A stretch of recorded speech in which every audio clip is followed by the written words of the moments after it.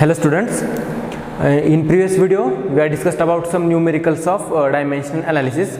Now in this video we are going to study the errors in measurement. Errors in measurement म्हणजे काय, तर आपण ज्या values major करतोय, कुठल्या व्हॅल्यूज मेजर करतोय म्हणजे फिजिकल क्वांटिटीज ज्या मेजर करतोय त्या मेजर करण्यामध्ये कुठले एरर्स येत आहेत, कुठल्या प्रकारचे एरर्स येतात ते आपल्याला आता पाहिजेत. एरर्स म्हणजे चुका, मेजरमेंटमध्ये होणारा काय असतील त्या चुका असतील, त्या कुठल्या चुका आहेत आणि त्या कशा प्रकारे त्या मेजरमेंटमध्ये येतील ते आपल्याला पाहायचं आहे. त्यातला सगळ्यात पहिला एरर जो आहे तो काय, तर सिस्टमॅटिक एरर. सगळ्यात पहिला एरर काय, सिस्टमॅटिक एरर. सिस्टमॅटिक एरर कशामुळे येतो म्हणजे आता एरर म्हणजे काय, सपोज एखादी आपण क्वांटिटी मेजर करायची आहे, कुठली लेंथ ऑफ मार्कर मेजर करायचं आहे, लेंथ ऑफ मार्कर. सपोज मार्करची लेंथ मेजर करताना जर वेगवेगळ्या पर्सननी ती लेंथ मेजर केली, वेगवेगळ्या पर्सननी ती लेंथ काय केली, मेजर केली. समजा याची ॲक्च्युअल लेंथ असेल 10 सेंटीमीटर, ॲक्च्युअल लेंथ काय 10 सेंटीमीटर, पण पर्सन वाईज ती व्हॅल्यू काय होईल, काही जण ती 10.1 मेजर करतील, काही जण 9.9 मेजर करतील, काही जण 9.8 मेजर करतील. म्हणजे काय होईल, पर्सन वाईज ती व्हॅल्यू काय होईल, डिफरंट होईल, वेगवेगळी व्हॅल्यू होईल. मग तो जो पॉईंटचा एरर आहे म्हणजे ॲक्च्युअल व्हॅल्यू तर 10 आहे, पण मेजर करण्यामध्ये तो फरक पडलेला आहे, ते काय म्हणायचं, एरर्स इन मेजरमेंट. मग ते एरर येण्याचे बरेच कारण आहेत. प्रत्येक वेळी पर्सनच रिडिंग चुकीची घेईल असं नाही, तर काही वेळेस काय होईल, त्याचे 3 टाईप्स दिलेले आहेत. त्यामध्ये पहिला जो टाईप आहे तो सिस्टमॅटिक एरर आहे आणि सिस्टमॅटिक एररमध्ये 3 टाईप्स दिलेले आहेत. मग सिस्टमॅटिक एररमध्ये पहिला जो एरर आहे तो काहीतरी इन्स्ट्रुमेंटल एरर आहे. तो कुठला एरर आहे, इन्स्ट्रुमेंटल एरर. काही वेळेस जर तुम्ही ज्या इन्स्ट्रुमेंटनी ती फिजिकल क्वांटिटी मेजर करताय त्या इन्स्ट्रुमेंटमध्ये जर काही फॉल्ट असेल तर काय होईल, ऑब्वियसली ती व्हॅल्यू चुकीची येईल. तुम्ही किती जरी त्याला व्यवस्थित मेजर करण्याचा प्रयत्न केला तरी पण ती व्हॅल्यू काय होईल, चुकीची मेजर होईल. कशामुळे चुकीची मेजर होईल, तर काय होईल, इन्स्ट्रुमेंटमुळं. म्हणजे समजा तुम्ही हे मार्कर मेजर करण्यासाठी स्केलच चुकीची वापरली, स्केलमध्येच काहीतरी एरर आहे, तर त्याला आपण काय म्हणणार, इन्स्ट्रुमेंटल एरर. तो एरर कसा मिनिमाइज करता येईल आपल्याला, तर इन्स्ट्रुमेंट व्यवस्थित आपण सुरुवातीला चेक करून घेणे किंवा चांगले इन्स्ट्रुमेंट वापरणे, या आपण काही कंडिशन्स फॉलो करून तो एरर आपण मिनिमाइज करू शकतो. तो झाला इन्स्ट्रुमेंटल एरर. दुसरा एरर येईल इम्परफेक्शन इन एक्सपेरिमेंटल टेक्निक. आता समजा तुम्ही एखादा एक्सपेरिमेंट म्हणण्यापेक्षा लेंथच मेजर करताय, कशाची, मार्करची लेंथ. इन्स्ट्रुमेंट जे वापरताय स्केल ती पण व्यवस्थित आहे, पण काही वेळेस काय होतं, तुमच्याकडनं मेजर करताना म्हणजे काय टेक्निक चुकीची असू शकते. त्या काही वेळेस आपण ती स्केल क्रॉस धरू शकतो.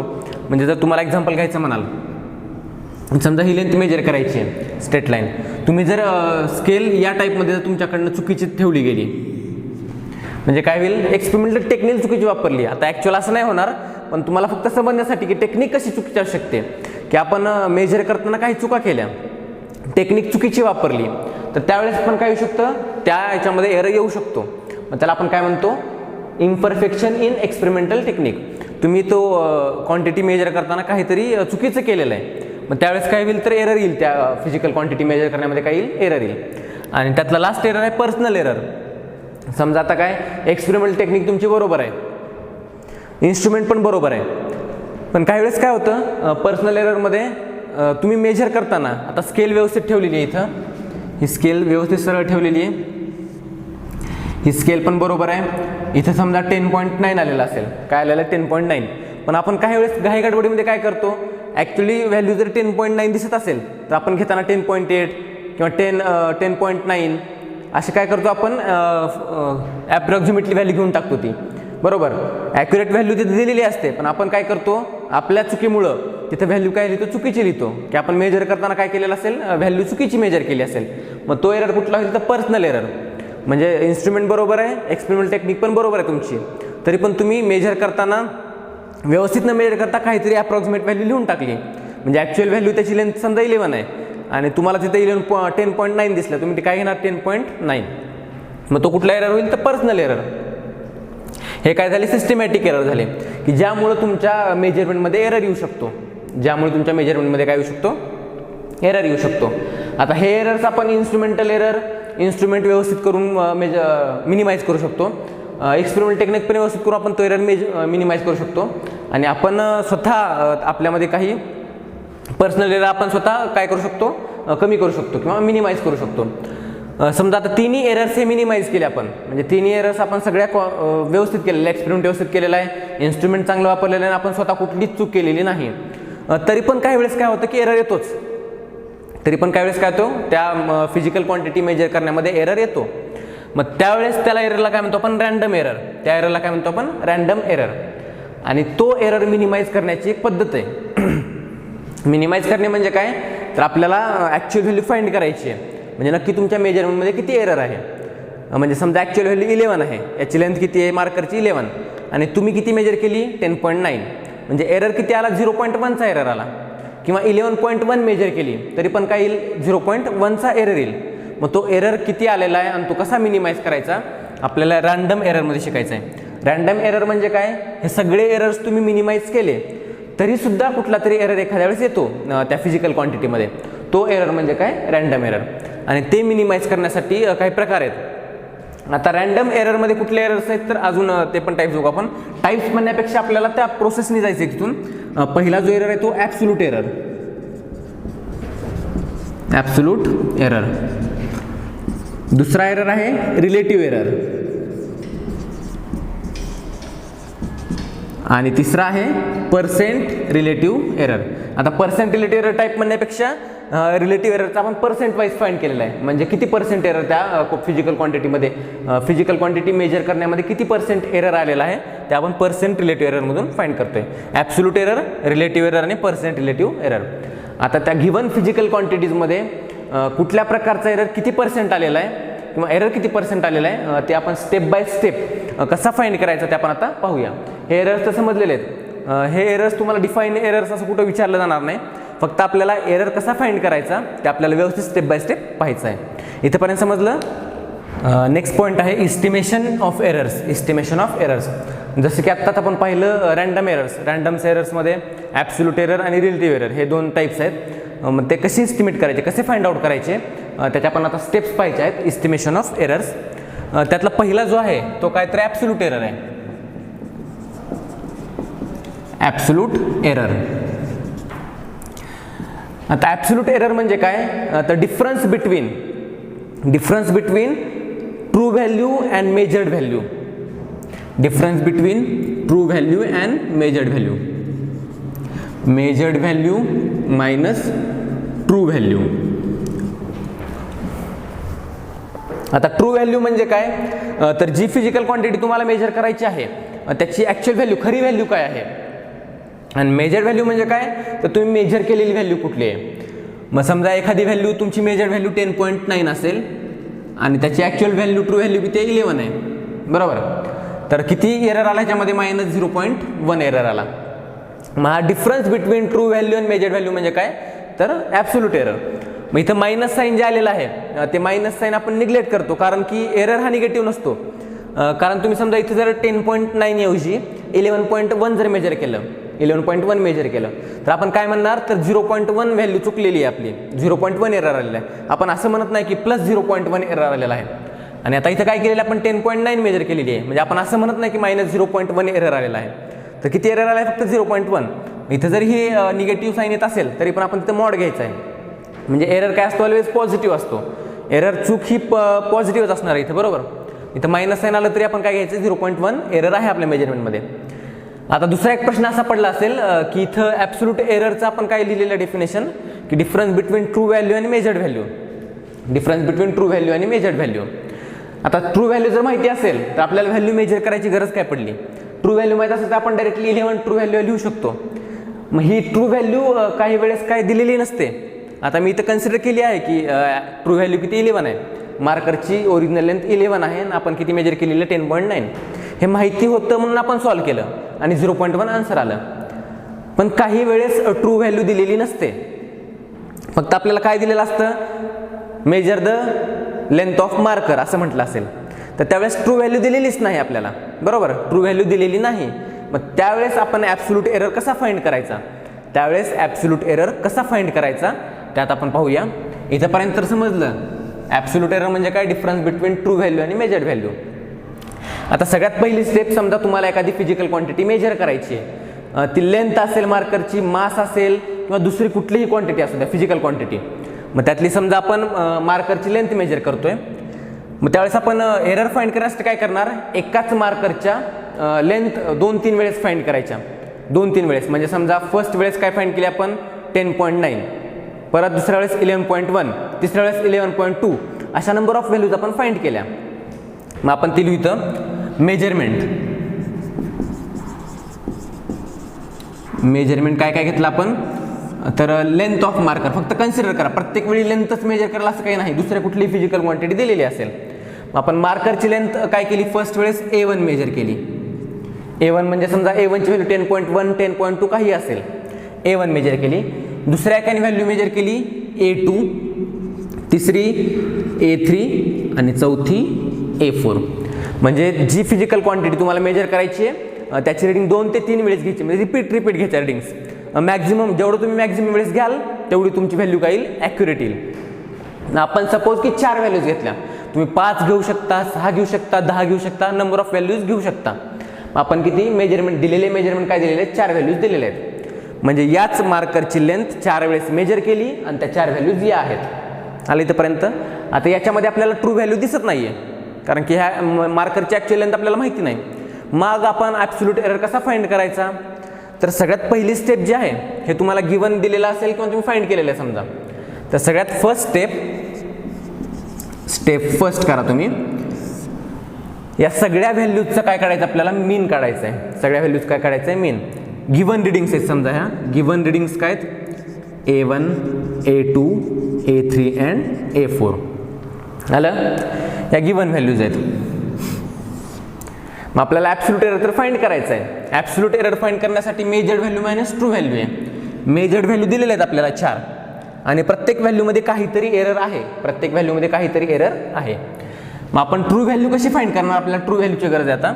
तर या चौघांचा मीन काढायचा. तुम्ही आजपर्यंत ऐकलं असेल ॲव्हरेज व्हॅल्यू, मीन व्हॅल्यू, या चौघांचा काय काढायचा, मीन काढायचा.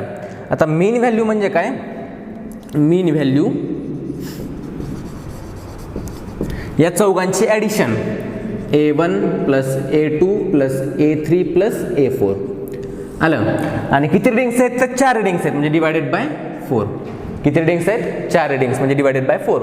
सपोज इथं 5 रिडिंग्स असतील, A1 A2 A3 A4 A5, तर A1 plus A2 plus A3 plus A4 plus A5 divided by 5.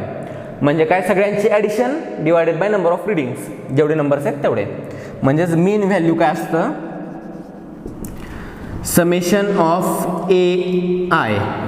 म्हणजे सगळ्या A1 I ची व्हॅल्यू 1 2 3 4 असेल, A1 A2 A3 A4. Summation म्हणजे ॲडिशन, हे समेशनचं साईन आहे. म्हणजे समेशन ऑफ AI सगळ्यांची addition divided by total number किती आहेत, तर ते नंबर्स AN करू शकता, इथं डिवायडेड बाय N पण करू शकता.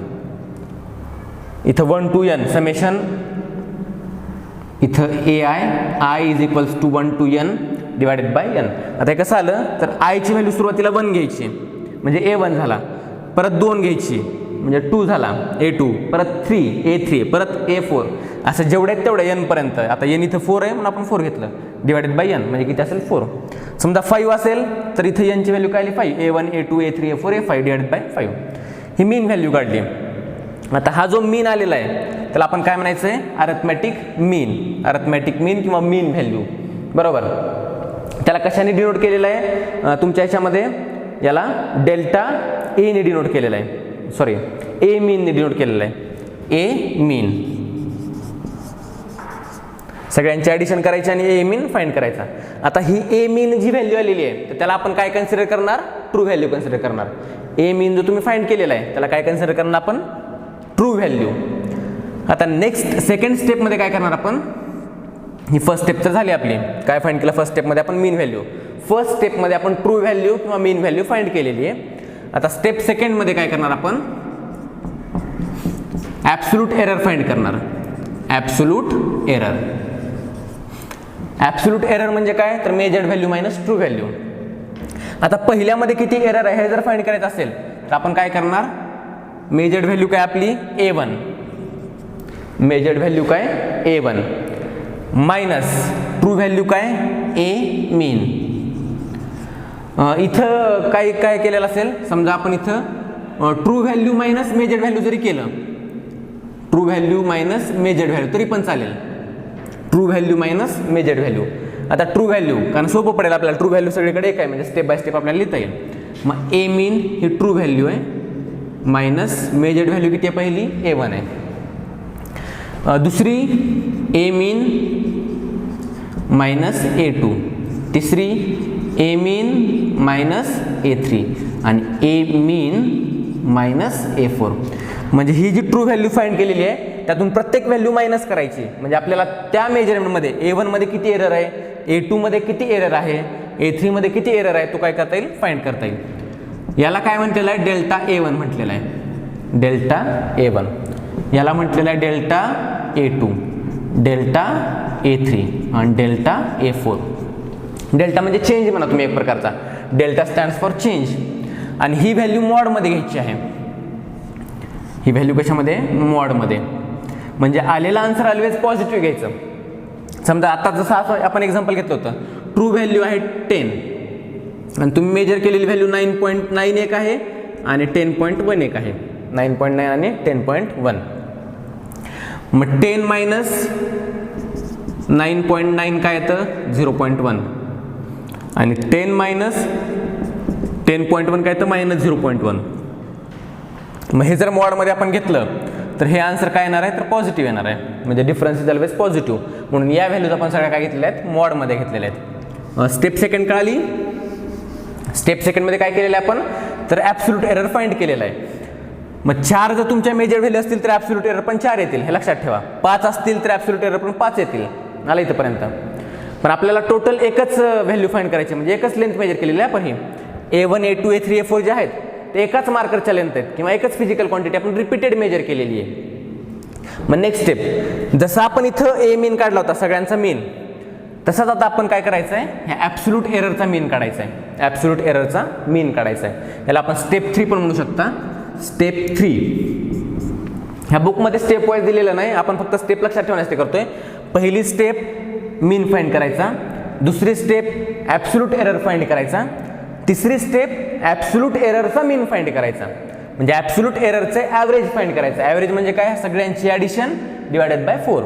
मग ॲब्सोल्यूट एरर मीन ॲब्सोल्यूट एरर काय येईल, त्याचा फॉर्म्युला आता delta A1 plus delta A2 plus delta A3 plus delta A4 addition divided by n. म्हणजेच काय होईल, A1 plus A2 plus A3 plus A4 divided by काय केलं आपण, 4 केलं. इथे 4 आहेत म्हणून 4 ने डिवाइड केलं. 5 असेल तर 5 ने डिवाइड करावं लागेल. प्रत्येक वेळी व्हॅल्यू चेंज होईल. मग आपण काय करू, इथं समजा हा फॉर्म्युला कसा तयार होईल, डेल्टा A मीन. इथं फक्त A मीन आहे, म्हणजे या A1 A2 चा मीन काढलेला आहे. इथं डेल्टा A चा मीन काढलेला आहे. डेल्टा A मीन चा फॉर्म्युला काय होईल, summation I is equals to 1 to n delta AI divided by n. काय चेंज झालं रे फॉर्म्युल्यामध्ये, तर इथं फक्त AI होता, इथं डेल्टा A आहे. म्हणजे delta A1 delta A2 delta A3 delta A4. म्हणजे I is equals to 1 to 4 आलं इथं, डिवायडेड बाय 4 आलं त्या टाईपमध्ये. 5 असेल तर A1 plus A2 plus A3 plus A4 plus A5 divided by 5. हे तुम्हाला आता समजेल, क्लिअर होईल इथंपर्यंत तरी. तिसरी स्टेप झाली अरिथमेटिक मीनचा, सॉरी ॲब्सोल्यूट एररचा आपण मीन काढला. आता स्टेप 4. स्टेप 4 आहे relative error. Relative error, relative एररचा फॉर्म्युला आहे डेल्टा A मीन. रिलेटिव्ह एररचा फॉर्म्युला आहे delta A mean divided by A mean. आता व्यवस्थित लक्षात येतं, डेल्टा A मीन म्हणजे काय, ॲब्सोल्यूट एररची मीन व्हॅल्यू, आणि A मीन म्हणजे काय, तर फक्त आपल्या ऑब्झर्वेशन्सची mean value. Delta A mean upon A मीन. आणि लास्ट आहे percent relative error is equals to delta A mean upon A mean into 100. म्हणजे आपल्याला फक्त पर्सेंटमध्ये कन्वर्ट केलेलं आहे, दुसरं काहीच केलेलं नाही. इथे जी व्हॅल्यू त्याला 100 ने मल्टिप्लाय करायचं, म्हणजे तो एरर काय होईल, पर्सेंटमध्ये येईल. म्हणजे काय झालं, किंवा ह्या आलेल्या आन्सरला जर तुम्ही 100 ने मल्टिप्लाय केलं तरी आपल्याला पर्सेंट रिलेटिव्ह एरर मिळून जाईल. मग हा काय झाला, तेवढा पर्सेंट वाईज तुमच्या काय होईल, तेवढा पर्सेंट तुमच्या मेजरमेंटमध्ये एरर येईल. हा एरर जेवढा कमी तेवढी तुमची व्हॅल्यू ॲक्युरेट, तुम्ही मेजर केलेली व्हॅल्यू तेवढी काय असेल, ॲक्युरेट असेल. आणि हा एरर जेवढा जास्त असेल तेवढी तुम्ही मेजर केलेली व्हॅल्यू काय असेल तर त्याच्यामध्ये तेवढा जास्त काय असेल एरर असेल. हे काय झालं estimation of errors. First step आहे दिलेल्या व्हॅल्यूचा मीन काढणे. सेकंड स्टेप आहे ॲब्सोल्यूट एरर फाइंड करणे. थर्ड स्टेप आहे ॲब्सोल्यूट एररचा मीन फाइंड करणे. फोर्थ स्टेप आहे रिलेटिव्ह एरर फाइंड करणे. आणि लास्ट स्टेप याला आपण वाटलं असतं फिफ्थ स्टेप म्हणून. Step fifth relative error percent relative error find करणे. आलेल्या आन्सरला फक्त 100नी मल्टिप्लाय करणे. आता इथे तुम्हाला जरासं हे बोरिंग वाटलं असेल लेक्चर की काय नक्की केलेलं आहे आपण, पण हे फक्त आपण ए व्हॅल्यू कन्सिडर करून केलेलं आहे. ज्यावेळेस प्रॉपर व्हॅल्यू घेऊन आपण ह्या व्हॅल्यूज फाइंड करू त्यावेळेस तुम्हाला लगेच हे कसं क्लिअर होऊन जाईल की कसं फाइंड करायचं आहे. आपण नेक्स्ट लेक्चरला याच्यावरती एक न्यूमेरिकल घेऊन हे सॉल्व्ह करू म्हणजे तुम्हाला क्लिअर होऊन जाईल. फक्त याला व्यवस्थित लक्ष द्या आणि स्टेप्स लक्षात ठेवा. Estimation of errors. समजले इथेपर्यंत?